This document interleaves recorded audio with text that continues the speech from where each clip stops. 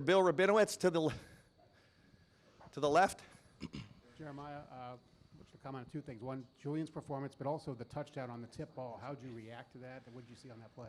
Yeah, I mean, I see ball, get ball. I mean, defender tipped the ball. I didn't want Julian Sayin to throw an interception, so he couldn't grab a champion, so I just had to make a play. Over here to the right, Stefan Kreisnik. Jeremiah, following up there on what you've been asked about Julian, Coach Day talked this week about Julian's mobility, maybe using it at times. Just what element do you think that can add to your offense? I mean, there was that one play, I think he escaped 2 or 3 sacks and was able to extend the drive. Yeah, I mean, I feel like we're going to need that from him all throughout the rest of the year. He know the arm talent that he got. We better know he's going to be able to use his legs too as well. So, I mean, we're going to need that from him for sure. Over to the left, Doug LeMaurice. Jeremiah, I know it's not easy, but what are all the things that go into you guys being able to convert on those deep shots like you did multiple times today? Yeah, I mean, when we get the chance to, in the right coverage, like Coach Day said, we take our shots, we got to hit them. We don't get too many of those. Today we got a lot of them, so we got to take advantage of them. Was there anything in particular about the coverage that was allowing that to happen? A lot of quarters to the field. Carnell ran the post wide open. I ran the inside 9 and made a big play. Tim May. Yeah, Jeremiah, it seems like it's Carnell Tate's turn one time and then your turn the next. How formidable a duo do you feel like you guys are right now, being able to? Best in the country. Yeah. Nobody's better than us two. Even Brandon Ennis as well. I mean, best receiver corps in the country as well. I mean, the whole receiver group, all got talent. We just go out there each and every weekend, put it all on the field. And is Julian as good a deep thrower as you've been around? And just what's your take on Julian throwing it deep? Yeah, he's probably the best I've been around for sure, the deep ball. Yeah. Over to the left, Cameron Teague Robinson. Jeremiah, you talk about the coverages you guys put, or the lack of deep shots you guys can take because people kind of cover you guys differently. Yeah. That deep ball you had, it looked like you beat 2 people. Just kind of walk me through that. And did you see the double coverage, or was it just something that you just kind of ran right by? No, actually, they was in quarters. I guess the corner ain't know what they were supposed to be in, and I heard him, the safety said, so I knew the ball was going to me, and I just had to go make a play. Great. Jeremiah, thank you very much.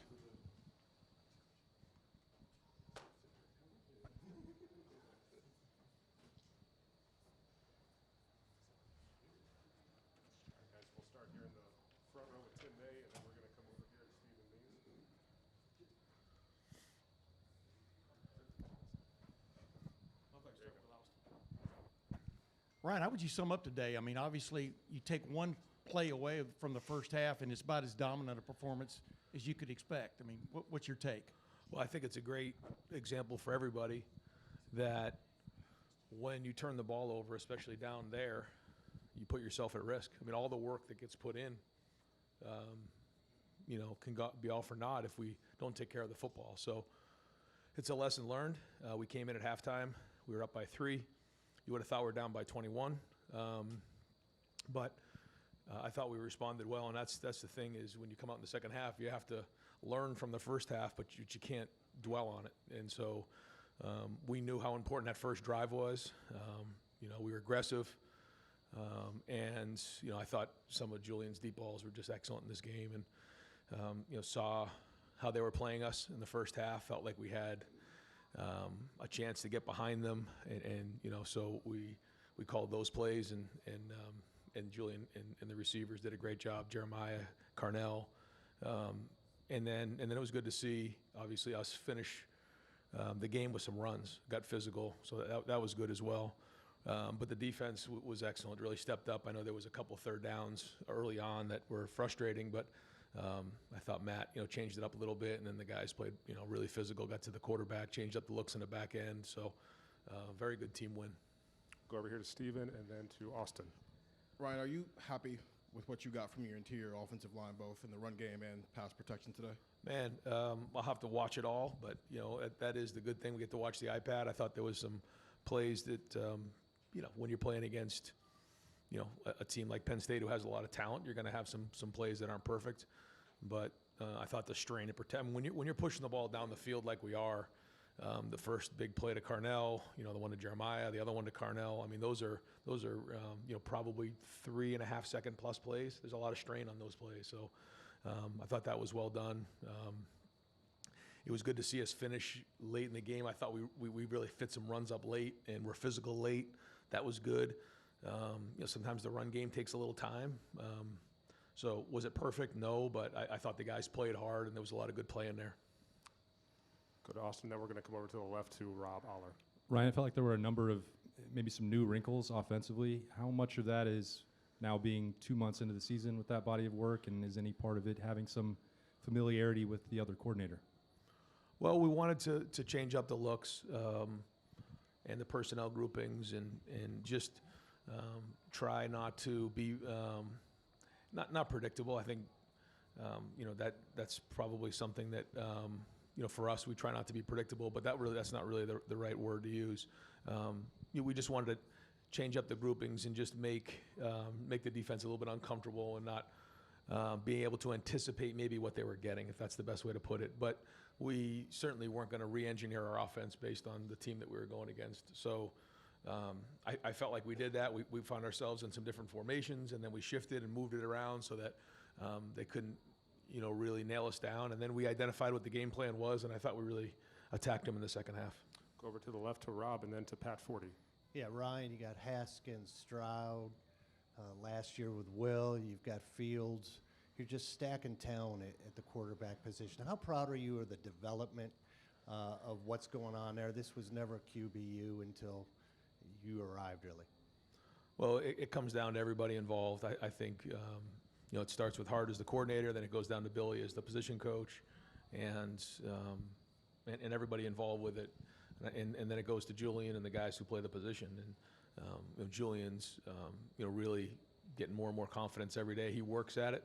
I think the preparation that he puts in that quarterback room is starting to show. His mind works as quick as the ball comes out. He's obviously accurate. So I think one of the biggest plays of the game was the scramble he had. Would love to see him have two hands on the ball there, but that was a big scramble in that spot. You didn't know where the game was going. And that's what happens in those games. You fumble the ball in the first half, and it's a 3-point game at halftime. You don't get that first down. Who knows where the game goes? I mean, these are the turning points in the game that from following these games. And I know as years go on, you watch these games, you see those moments where the game could turn. And so I thought that was a big play. So he's growing in the run game as well, I think.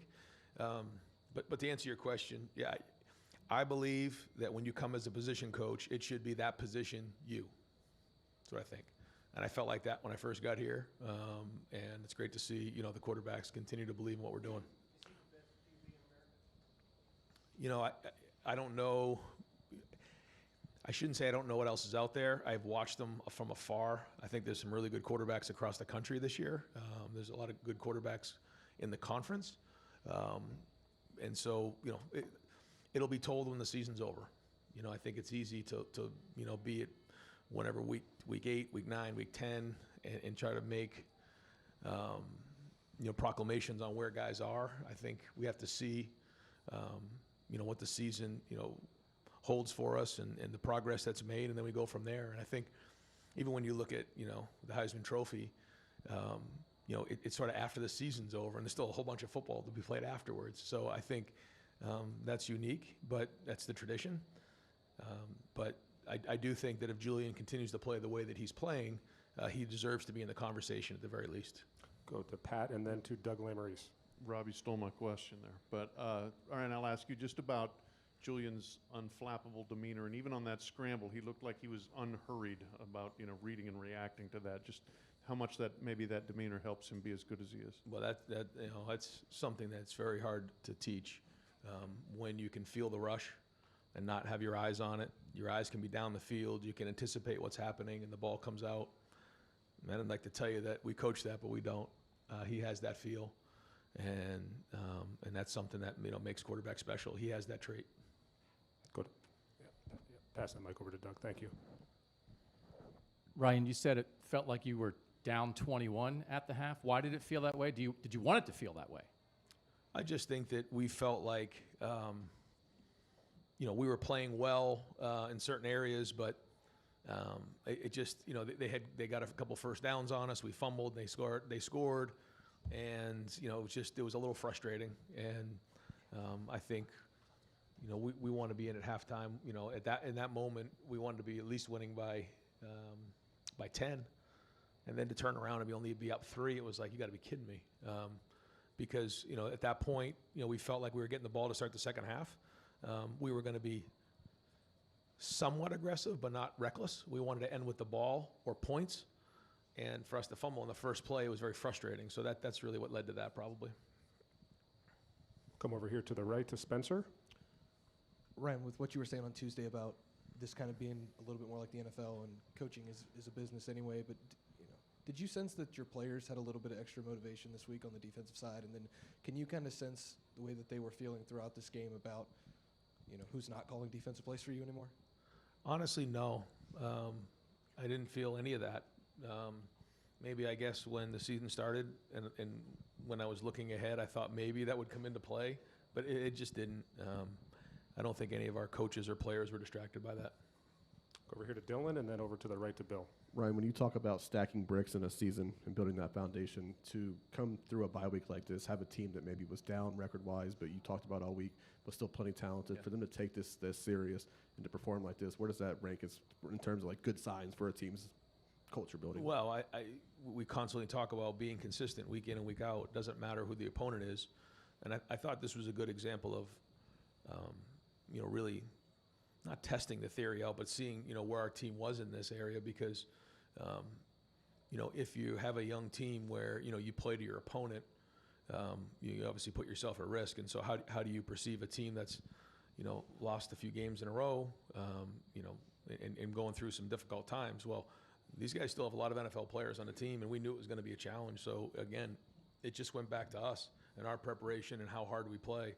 And, you know, for us, that was just the next team on the list that we have to execute against. And that's a tribute to the coaches and a tribute to the players for continuing to believe in that and keep pushing. And I still think we all know that we can get better in certain areas. We got to keep pushing.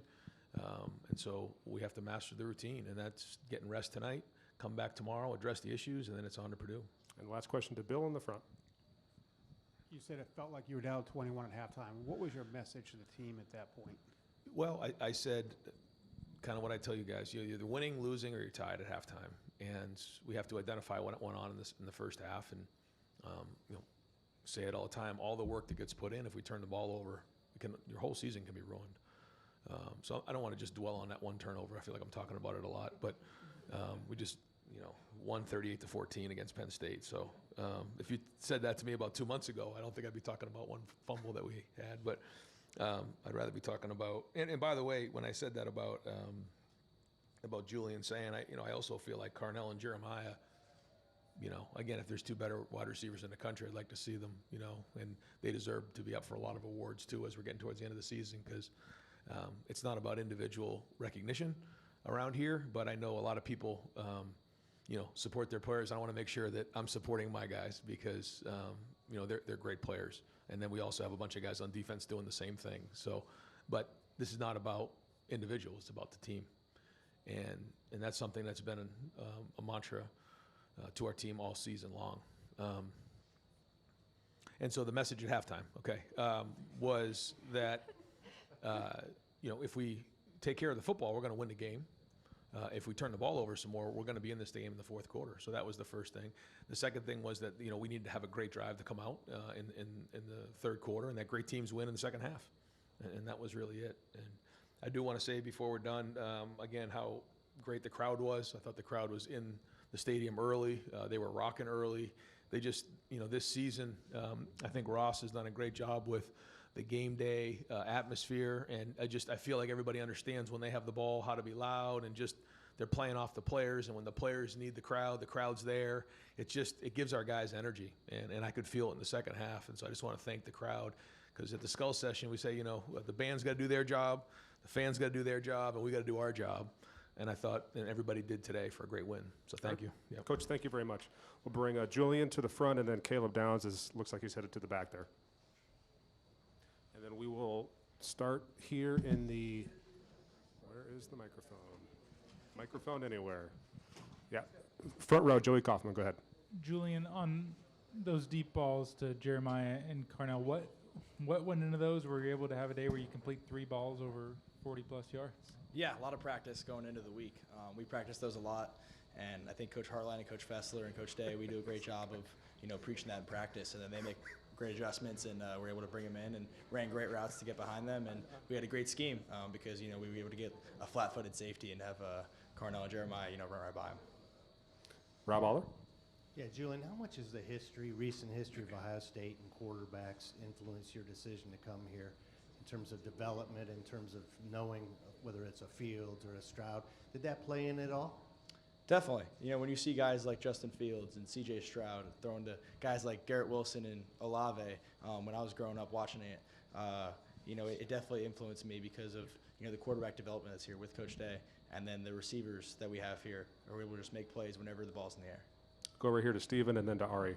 Julian, can you, for starters, walk us through that 9-yard scramble you had, just like what you saw and what you were feeling in that moment? And then on top of that, how long did it take you to maybe get comfortable with the chaos that can sometimes be back there when you're operating the pocket? Yeah, first thing, I got to keep 2 hands on the ball. I had one hand on the ball there. It was dangerous. But they were playing a coverage where they were doubling Jeremiah and doubling Carnell, and we didn't have a ton of man winners on that play. So had to go make something happen and keep my eyes up, see if we could pop open. But ended up taking off, and then just in the back of my mind, thinking about the sticks and thinking about where we need to get to, and if I have to go, not slide and go pick it up with my legs, and go run through some contact for the first down. That's what we have to do to get the first down. Go to Art. Oh. Yeah, I think as a quarterback, you always have to be, be willing to make plays with your legs if the play's not there, and extend drives, because if we don't extend that drive, we get off the field there, and nobody's happy with 3 and out. Go to Ari and then to Stefan. Hey, Julian, I'm sure you were pretty busy this morning, but did you see what Nick Saban said about you this morning? I did not. No, we had the early kick, so. He called himself a dumbass for playing you on scout, and not that he would have had an option given the timeline, but what's it like to have national media, national people like Nick Saban, who's the greatest coach of all time, and now in this position with College Game Day, like recognizing the way you've been playing? That's awesome. I appreciate the kind words, and but this is a team game, and the offensive line did a great job today. Receivers did a great job today, and none of it happens without us as an offense, as a collective. Stefan? Follow up a bit on what Coach Day was talking about, just with Carnell and JJ. He said they're the 2 best receivers in the country. I guess, do you agree with that? And what is it, or what did it do for you this offseason, getting ready to start and having those guys available, whether it be practice, whether it just be throw-in sessions, whatever it was, to kind of grow with them and develop with them? 100%. Those guys are the 2 best in the country, and they show it every Saturday.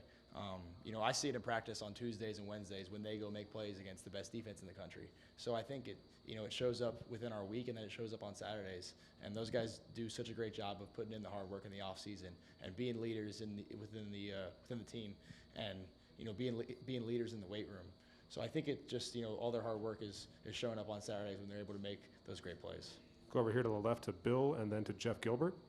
Your completion percentage is over 80%, which is kind of an astounding number. Do you even look at your stats, and what do you think is responsible for that, other than, of course, great receivers and all the rest? But does that surprise you that you're at that level? Yeah, it's really a team stat because of the way the offensive line has to block and the way that receivers have to catch the ball, and can't have like a tip today. We had a tip, and Jeremiah ends up catching that. So it's stuff like that where the receivers do a great job and the running backs do a great job in pass protection, and it's really just the offensive line giving me time to be able to go through my reads. So it's really a team stat. What was different about the attitude coming out of halftime for you guys? Fast start. Yeah, we were kind of disappointed with how the last drive went. We ended up turning the ball over. So coming out of halftime, we knew what we were doing, and we knew we could move the ball. So we were excited. We took a shot, I think, on the second play and hit it, and just keep the momentum going. Go over here to Spencer. Julian, you've been pretty calm and collected. Basically, every time you guys score, it's just kind of celebrate with your teammates, things like that. You saw like you were a little bit more animated after the touchdown pass to Bennett.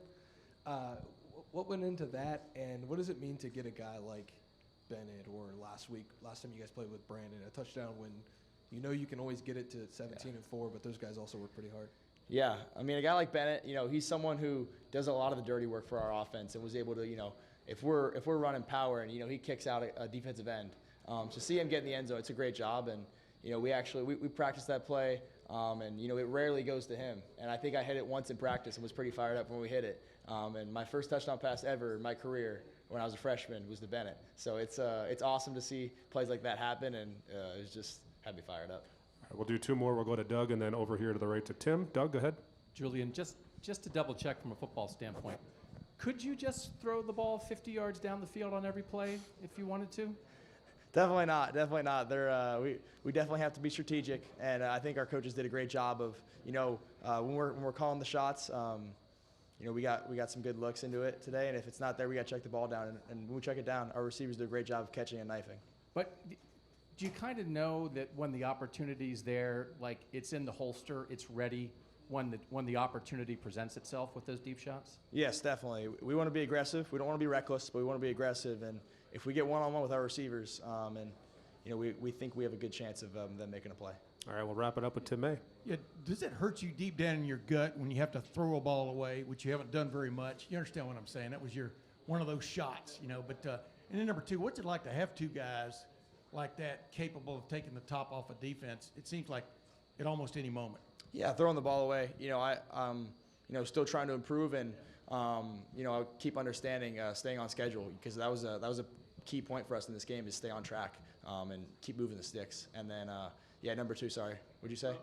Taking the top off the defense. Yeah, Carnell and Jeremiah. I mean, they're able to get behind the defense and made some great catches. Carnell had the one touchdown, and then had the one coming out of halftime. So it's and then Jeremiah obviously with the deep one too.